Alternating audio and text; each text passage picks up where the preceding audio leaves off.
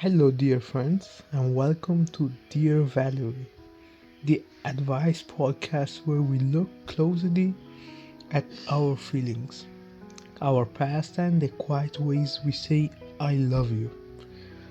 I'm your host and friend, Claudette, walking with you on this twisty road of culture, loss, and family connections.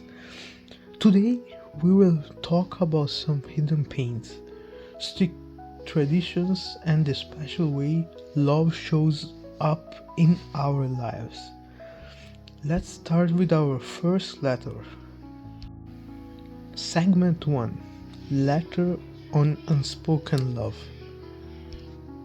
Dear Valerie, I often feel invisible in my own family. My mother rarely says, I love you. Instead, she shows care by reminding me to take my pills or by keeping the house neat. These actions feel cold and I miss the warm words. I want to hear I want to hear her say I love you sometimes. Can you help me understand why this happens? Thank you for writing in. I understand how hard it can be when love is shown quietly instead of being shown in words. I remember a time when someone said, Miss Esme, she told you about her hat. Of course she did. Oh, it was awful, Claudette. And quickly another said, Claudette, that's not true. She tried. Even though they were just talking about a hat, you can feel the mix of frustration and care in the words. Sometimes the secret care, like making sure we keep things running smoothly, comes from a place of deep worry and love. It may not be warm with words, but it shows that someone cares.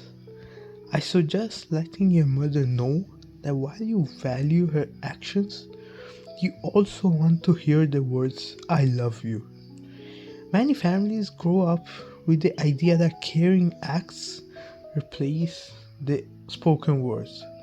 With a little gentle talk, you might open up a space for softer words alongside the actions. Segment 2, Letter on Grief and Remembering a Lost Loved One. Dear Valerie, I grew up always feeling the deep loss of someone I loved. Even though my cousin Chloe has been gone for years, her memory still fills every room. I feel her absence like a heavy weight.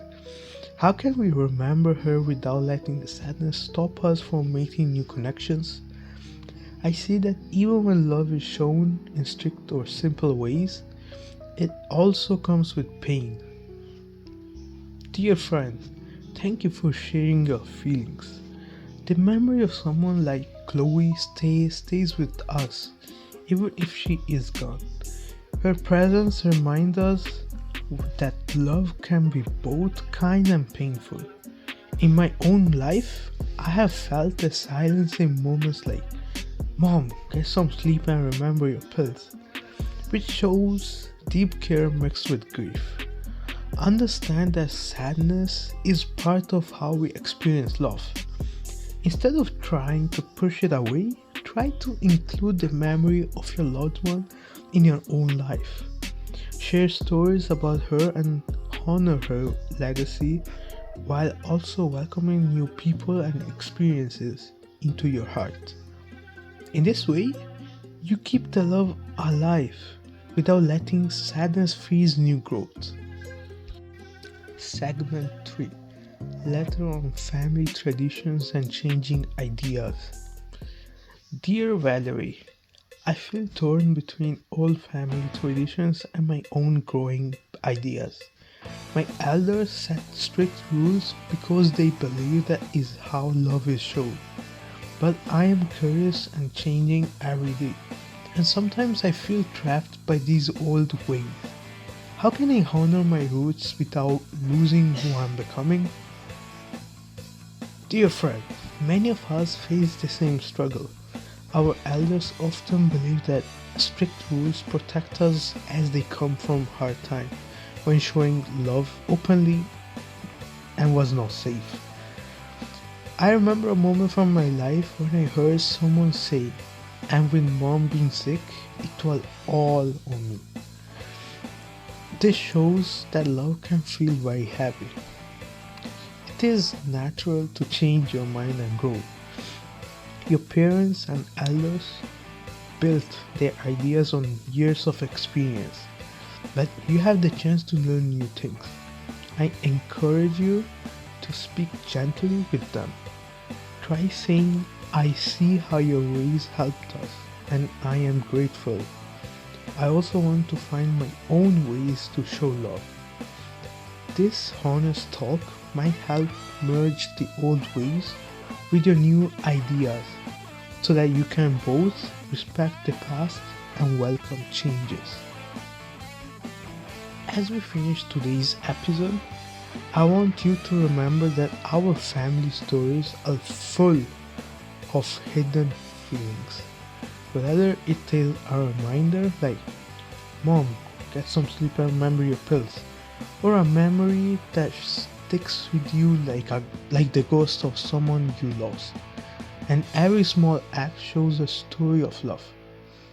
Our ways of showing care might seem strict or silent, but they come from a place of deep commitment. If you have more letters or want to share your own stories, just know that we are always listening.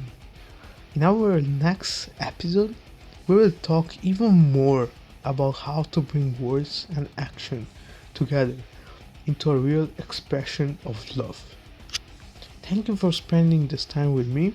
I'm Claudette, signing off from Dear Valerie. Always remember that even small acts of care speaks loudly. Stay kind and keep your heart open. Until next time, take care and remember that every quiet gesture or word has its own way of saying I love you. Claudette, out.